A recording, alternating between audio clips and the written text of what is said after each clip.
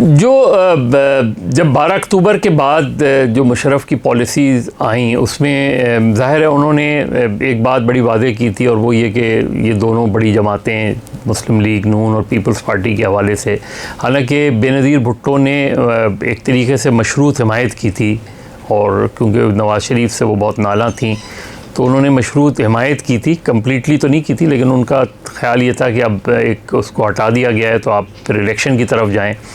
तो उन्होंने एक महदूद अंदाज में, तो रिएक्शन उस तरह का, क्योंकि मुस्लिम लीग नून का भी एकदम रिएक्शन नहीं आया और एक तरीके से स्टंट थे यहाँ। मुझे याद है 12 अक्टूबर के दिन सिर्फ रीगल चौक पे अपना मुशाहिदुल्लाह मरहूम मुस्लिम लीग नून के वो कुछ लोगों को लेके रीगल चौक पे उन्होंने मुजाहरा किया था उसमें, लेकिन उसके अलावा एकदम लार्ज स्केल कोई रिएक्शन सामने नहीं आया उस तरह का किसी भी तरीके से, ना पंजाब से ना और जगहों से। दूसरा, लोग थोड़ा सा नवाज़ शरीफ की हुकूमत से नाला भी थे, और जिस तरीके से वो एक एब्सोल्यूट पावर लेना चाह रहे थे उससे भी पीपल्स पार्टी ख़ास तौर पे लोग बहुत नाराज़ थी, अदरवाइज़ भी। तो इस और फिर ये कि अगेन जिस तरीके से ये सारी चीज़ें हुई, जिस तरीके से अपॉइंटमेंट नए आर्मी चीफ़ का तकर्रुर हुआ और जो चीज़ें हुई उसकी वजह से भी फिर ये कि मुशर्रफ साहब ने आके जो पहला वो किया उसमें उन्होंने नेशनल अकाउंटेबिलिटी ब्यूरो बनाया, और उसकी स्पिरिट उन्होंने यही बयान की कि जी बिला इम्तियाज़ जो है एहतसाब होगा। और जनरल अमजद की रेपुटेशन एक अच्छे जनरल्स की थी और ईमानदार जनरल की रही, तो उनको उन्होंने उसका चेयरमैन बनाया। तो उसके एक साल जो उन्होंने किया वो उन्होंने प्योरली, उसमें कोई पॉलिटिकल एलिमेंट इस तरह का नहीं था, कोई पॉलिटिकल विक्टिमाइजेशन का तासुर नहीं बना। उन्होंने जिन लोगों पे कुछ इल्ज़ामात वगैरह थे उनके ख़िलाफ़ उन्होंने कार्रवाई की। फिर इसी तरीके से 2001 में ये भी कुछ लोगों का ख़्याल है उनके मुशर्रफ साहब के कि शायद उन्हें रेफरेंडम की तरफ नहीं जाना चाहिए था, वो उनकी गलती थी। जबकि लोकल बॉडीज़ इलेक्शन उन्होंने पार्टी बेसिस पे पहली मरतबा, क्योंकि ज़िया के पीरियड में पार्टी बेसिस इलेक्शन नहीं होते थे, तो एक तरीके से चूँकि उन्होंने कंप्लीट मार्शल लॉ भी नहीं लगाया उन्होंने, और उस वक्त कोई कंप्लीट सेंसरशिप भी नहीं थी, मीडिया को इस तरह की इनिशियल हमें नहीं नज़र आता कि वो इस तरह की रही।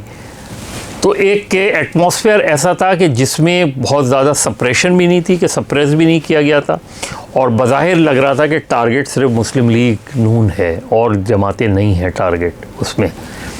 फिर 2001 में बल्दियाती इलेक्शंस हुए तो वो बिल्कुल ओपन हुए, सियासी जमातों ने हिस्सा लिया उसमें, तो एक तरीके से एक पॉलिटिकल एटमॉस्फेयर नज़र आया कि वो, लेकिन लोग थोड़ा सा ये ज़रूर थे कि ये इलेक्शन पे जाएंगे नहीं जाएंगे।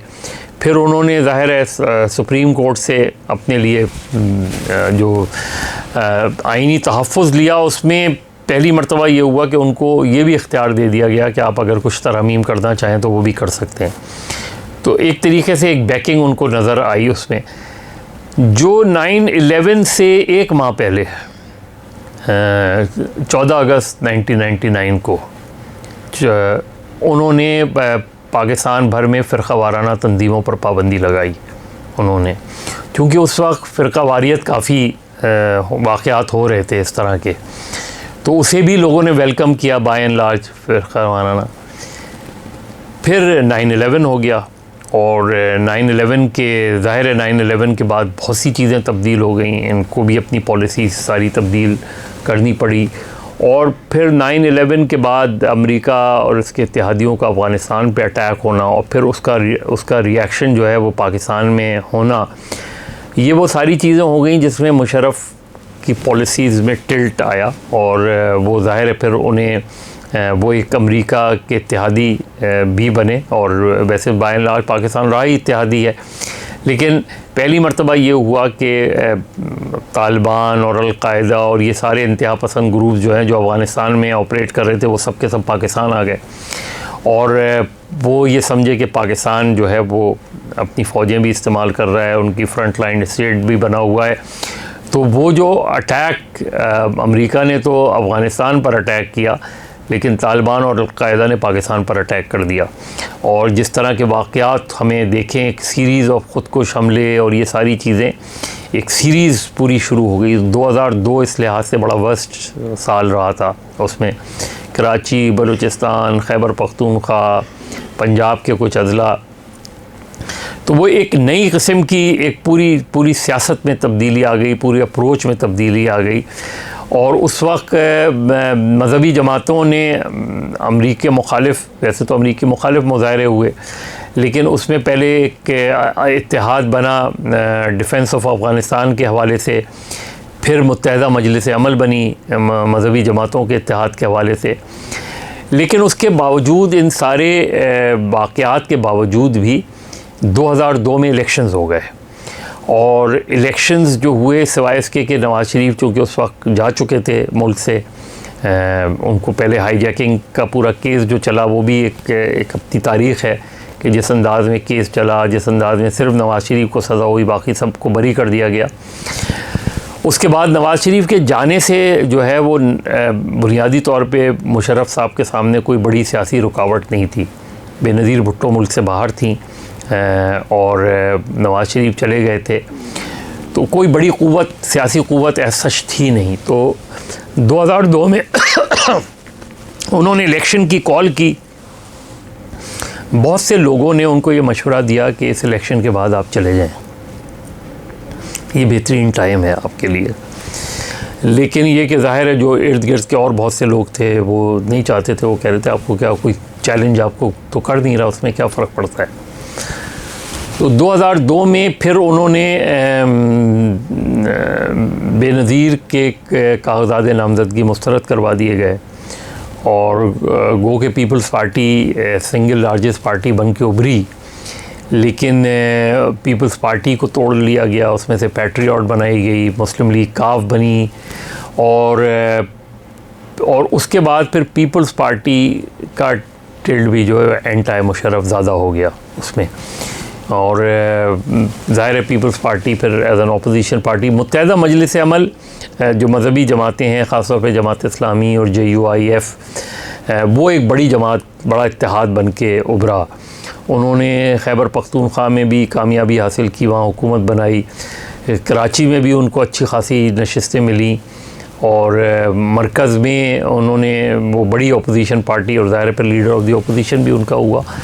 तो ये एक बड़ा टिल्ट था, पहली मरतबा एक टिल्ट था। और ये नज़र आया कि एंटी US वोट पड़ा है इसमें, एंटी US और प्लस एंटी मुशर्रफ वोट पड़ा है उसके अंदर। तो वो एक ऐसा टिल्ट था कि जो शायद मुशर्रफ भी एक्सपेक्ट नहीं कर रहे थे कि इस तरह का रिस्पॉन्स आएगा उसके अंदर। और वहीं फिर जाके ज़ाहिर पॉलिटिक्स तब्दील हुई। उसके बाद हमने देखा कि मुत्तहदा मजलिस अमल के साथ एक एग्रीमेंट भी हुआ मुशर्रफ साहब का, जिसको हम 17वीं तरमीम के तहत फिर लीगल फ्रेमवर्क ऑर्डर वो हुआ। उसमें मुशर्रफ के इक़दामात को आइनी तहफ़्फ़ुज़ मिला, लेकिन उसमें उन्होंने ये यकीन दिलाया था मुशर्रफ साहब ने कि दिसंबर 2004 में वो वर्दी उतार देंगे, लेकिन फिर ऐसा हुआ नहीं। तो पॉलिटिक्स में तो ये जो वो पीरियड इसमें टिल्ट आया, वो ये कि क्योंकि मुशर्रफ नज़र आ रहा था कि मुशर्रफ अपना इक़्तिदार को प्रोलॉन्ग करने के लिए अब जमातों को तोड़ना शुरू कर दिया है, वो कर दिया है। तो जो लिबरल एलिमेंट भी था वो भी इस तरीक़ेकार से नाराज़ हुआ उनके उसमें। और जो रिलीजियस पार्टीज़ थी वो और ज़्यादा एग्रेसिव उन्होंने हो गई। एक तो अफ़गानिस्तान में जो सिचुएशन डेवलप हुई और पाकिस्तान ने जो है वो अमरीकी इत्तेहादियों का साथ दिया उसमें, तो वो इस वजह से पॉलिटिक्स काफ़ी तब्दील हुई।